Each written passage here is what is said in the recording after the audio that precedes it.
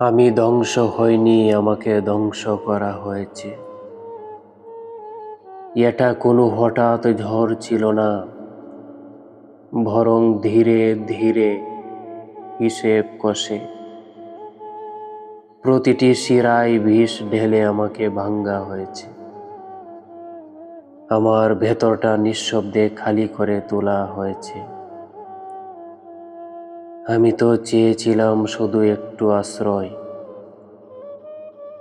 একটু ভালোবাসা, একটু বোঝা। কিন্তু আমাকে কুপিয়ে কুপিয়ে জবাই করা হয়েছে বিশ্বাসের চুরিতে। একবার নয়, বারবার। প্রতিবার একটু একটু করে হারিয়ে ফেলেছি নিজের টুকরো টুকরো অংশ।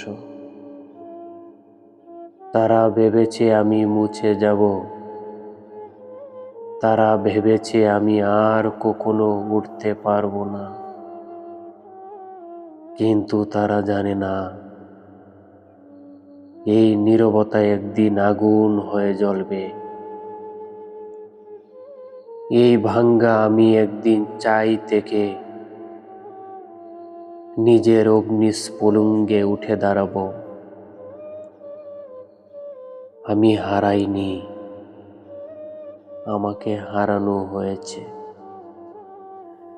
আমি থেমে যাইনি, আমাকে থামিয়ে দেওয়া হয়েছে।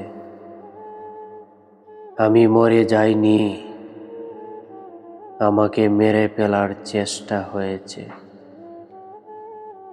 তবুও আমি বেঁচে আছি, হয়তো নিঃশব্দে, হয়তো ক্লান্তভাবে, কিন্তু আমি আছি। কারণ আমি যুদ্ধ করতে শিখেছি নিজের সাথেও,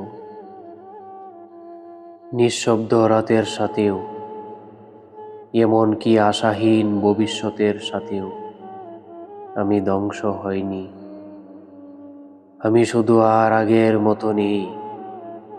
তবুও আমি আছি, কারণ আমার ভেতরে একটা নীরব আগুন এখনো জ্বলছে, এখনো জ্বলছে।